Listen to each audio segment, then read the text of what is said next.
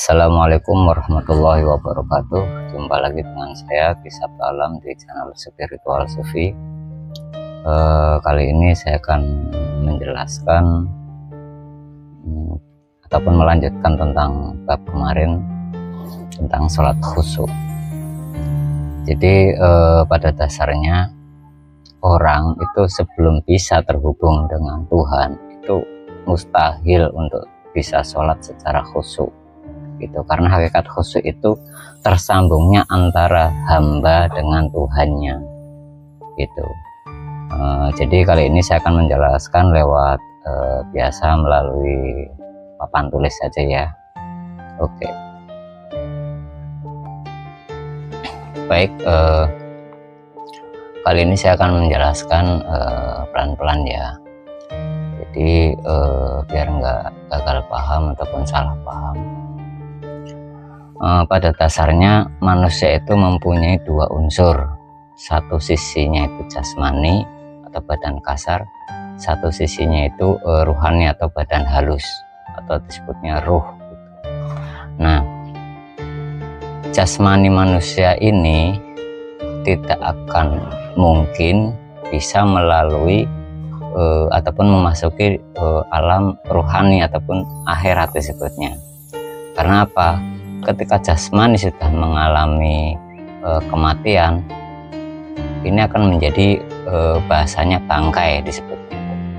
Nah, yang bisa terhubung kepada Tuhan hakikatnya adalah ruhaninya. Karena apa? Jasmani itu sifatnya baharu gitu, sedangkan ruhani itu sifatnya kodim. Jadi ruhani kita itu pada dasarnya percikan dari Tuhan sendiri, cahaya Tuhan sendiri pada dasarnya begitu. Makanya untuk terhubung dengan Tuhan kita tidak bisa menggunakan jasmaninya. Karena apa? Unsurnya berbeda gitu. Karena apa? Jasmani itu ada umurnya, maksudnya ada masanya, masa hidupnya itu ada. Sedangkan rohani itu sifatnya sebenarnya kekal. Nah, kita itu sebenarnya hakikatnya ada rohani di dalam diri, hanya saja karena dengan pertumbuhan jasmani kita itu dari semenjak bayi yang awalnya itu suci, terus bertumbuhnya jasmani kita dan bertumbuhnya kemampuan akal kita, muncullah hawa nafsu disebutnya. Nah, itulah yang melingkupin ataupun menjadi hijab roh kita, sehingga ini harus diaktifasi disebutnya. Kalau bahasa mudahnya itu diaktifasi dengan cara disebutnya itu prosesi baiat. Nah, prosesi baiat itu pada dasarnya diseberangkan kalau secara prakteknya itu ya. Jadi apa yang saya bicarakan selama ini dan termasuk hari ini juga sebenarnya ini masih konsep teori ataupun konsep metodologi gitu. Tata caranya ya harus praktek, jadi nggak hanya sekedar terus mendengarkan ataupun melihat video terus langsung bisa, nggak bisa, harus praktek. Di sini prakteknya harus melalui disebutnya guru mursyid. Nah, jasmani kita itu batas mentoknya hanya pada alam kematian, alam barzah. Makanya ini saya tandain batas ambang disebutnya, batas ambang jasmani ataupun akal kita. Karena apa? Kita hidup istilahnya itu berdasarkan umpamanya akal gitu ya. Nah, akal kita itu, akal manusiawi secara umum kita hanya mentok itu nyampe sini. Jadi akal kita tidak mampu untuk memahami tentang alam ruh. Karena apa? Keterbatasan kita, akal kita itu tadi. Nah, dari proses baiat inilah nanti dari alam dunia akan diseberangkan ke alam akhirat melalui alam barzah disebutnya. Tapi dalam keadaan jasmani kita masih hidup. Makanya yang disebut Nabi, mutu qabla anta mutu, matikanlah dirimu sebelum engkau mati. Itu. Jadi nggak bisa ini dilakukan sendiri ya. Maksudnya itu harus melalui seorang guru, karena nggak bisa. Karena nanti hanya guru rohani saja yang bisa menyeberangkan gitu. Nah, proses inilah nanti akan ditanamkan nur iman dan nur kitab gitu. Jadi sebagai petunjuk dan pembedanya di dalam kolbu. Jadi sebelum diajarkan tentang zikir-zikir di dalam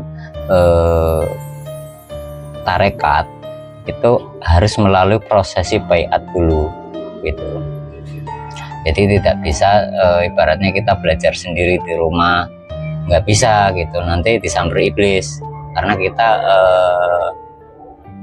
ketika kita masuk ke alam ini, kondisi jasmani kita masalahnya masih hidup gitu, tapi bukan berarti jasmani kita itu dikubur di dalam tanah, prakteknya bukan ya.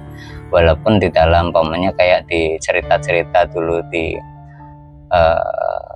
kayak Sunan Kalijaga yang ada yang dikubur ketika belajar kepada siapa, Sunan Bonang kalau nggak salah ya. Nah itu sebenarnya itu kias-kias daripada baiat itu sendiri, maksudnya itu mutu qoblanta mutu, hanya saja orang kan memahaminya itu susah, makanya digambarkan seolah-olah dikubur di dalam tanah. Maksudnya apa? Harus mengalami kematian tapi dalam keadaan jasmaninya masih hidup. Nah disinilah akal kita nanti akan terhenti. Kenapa? Karena batas ambangnya hanya ada di sini akal kita. Gambarannya begini saja, ketika kita tidur itu kita sudah nggak bisa, karena akal kita itu udah lumpuh ketika kita dalam keadaan tidur. Semua hafalan tentang agama, tentang apapun pasti lupa semua. Nah bagaimana mau masuk ke akhirat, masih di batas ambang saja kita sudah lenyap kemampuan akal kita. Nah lantas bagaimana kita ketika masuk ke dalam dunia akhirat? Inilah yang nanti kesadarannya ada di sini. Yang awalnya di alam dunia itu kita menggunakan kesadaran akal, kalau kita dalam prosesi baiat dan sudah dibaiat, nanti kesadaran kita menggunakan disebutnya kesadaran ruh gitu. Nah kesadaran ruh ini nantinya akan semakin apa namanya itu bahasanya cemerlang lah gitu.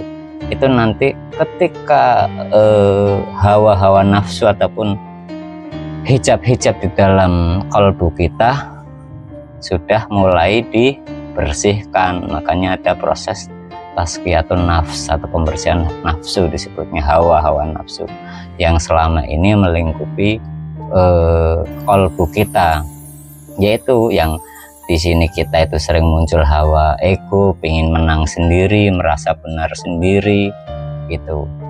Nah disinilah nanti akan diproses, dibersihkan gitu. Jadi ini harus menggunakan sifatnya itu bukan hanya sekedar teori bacaan terus dibaca terus kita langsung paham, enggak. Ini nanti ada proses prakteknya, itu ada. Enggak, bedanya begini, umpamanya Islam mengajarkan tentang sedekah ya, kan bukan berarti kita hanya baca saja lah, prakteknya ya kita harus mengeluarkan uang. Maksudnya apa? Untuk mengorbankan gitu, mengorbankan apa yang kita senangi tentang duniawi, kita korbankan, kita sisihkan ke jalan Tuhan disebutnya. Jadi ya tentang amal-amal ini saya berbicara tentang bahasa umumnya dulu ya gitu. Jadi nggak bisa kan ibaratnya kita mau praktek sedekah hanya sekedar dibaca, karena apa? Praktek itu lebih berat daripada membaca. Nyatanya ketika kita sedekah pun, ketika kita ambil dompet, pasti yang kita ambil uang yang paling kecil, rata-ratanya begitu gitu. Jadi di sini saya hanya mengajak untuk berpikir, bahasanya begitu ya. Jadi untuk mengenal Tuhan itu harus melalui prosesi baiat dulu disebutnya. Nah ini harus melalui guru mursyid gitu. Karena apa? Jasmani kita sifatnya baharu, tidak akan mungkin masuk ke alam kekal, alam kodim gitu. Karena asalnya umpamanya jasmani itu dari tanah, ya akan kembali ke tanah, kalau bahasanya kan begitu ya. Asalnya ruh ya akan kembali ke ruh, jiwa ya akan kembali ke jiwa, bahasanya begitu ya mudahnya ya, karena banyak perumpamaan. Jadi ini untuk memudahkan akal kita untuk memahami saja, karena prosesnya harus melalui praktek. Jadi apa sih itu baiat? Pada dasarnya disitulah nanti akan ditanamkan nur iman dan nur kitab gitu. Dan ada yang namanya dalam tarekat itu prosesi baiat, dan di sini harus praktek secara langsung dan tidak bisa melalui online gitu. Oke, sementara itu dulu ya.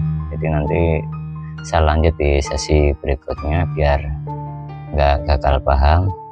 Terima kasih untuk saudaraku semua dimanapun berada. Bagi yang ada minat untuk belajar mengupgrade sebuah pemahaman ataupun sebuah ilmunya, bukan pemahaman secara akal ya, karena nanti Tuhan sendiri yang akan ngajari, karena hakikat agama itu asalnya dari Tuhan, bukan dari manusia.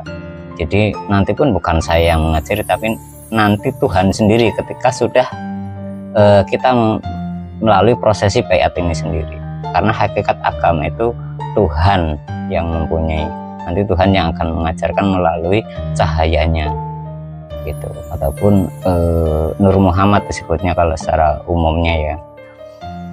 Nah di sini harus melalui prosesi baiat ini tadi. Nah bagi yang saudara-saudaraku dimanapun berada yang ada niat untuk mencari memang dalam hidupnya itu untuk menuju kepada Tuhan, jalannya harus lewat tarekat. Tarekat itu metodologi ya, tata cara yang diajarkan secara turun-temurun ataupun secara waris ilmunya sampai kepada baginda Nabi Muhammad Shallallahu Alaihi Wasallam. Jadi ini tentang bab hakikat ya, bukan bab syariat ya. Jadi jangan campur aduk karena nanti akan benturan, karena ada pemisahan pemahaman di sini. Nanti nggak bedanya begini, ketika Nabi Musa belajar kepada Nabi Khidir kan gitu. Nanti bisa dibayangkan sendirilah bagaimana, karena sudah banyak orang mendengarkan cerita itu kan.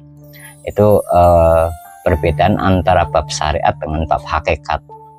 Jadi sementara itu dulu lah, nanti bisa kita lanjut. Dan bagi yang berkeinginan ataupun bertujuan untuk menuju kepada Tuhan dan ingin masuk ke tarekat, yang kami lakukan ataupun kami amalkan, bisa menghubungi nomor admin yang ada di deskripsi channel ini. Nanti bisa diarahkan ke wilayah-wilayah terdekat yang ada di daerahnya masing-masing untuk memudahkan, karena kebetulan alhamdulillah tarekat yang kami jalankan ini, kami amalkan sebenarnya sudah ada di seluruh Nusantara. Ada yang di Jawa, ada yang di luar Pulau Jawa, ada di Sumatera, pokoknya ada, nanti bisa diarahkan ke admin. Jadi biar diarahkan ke wilayah yang terdekat. Terima kasih, salam bahagia selalu untuk saudaraku semua dimanapun berada tanpa terkecuali. Wabillahi taufiq wal hidayah. Wassalamualaikum warahmatullahi wabarakatuh.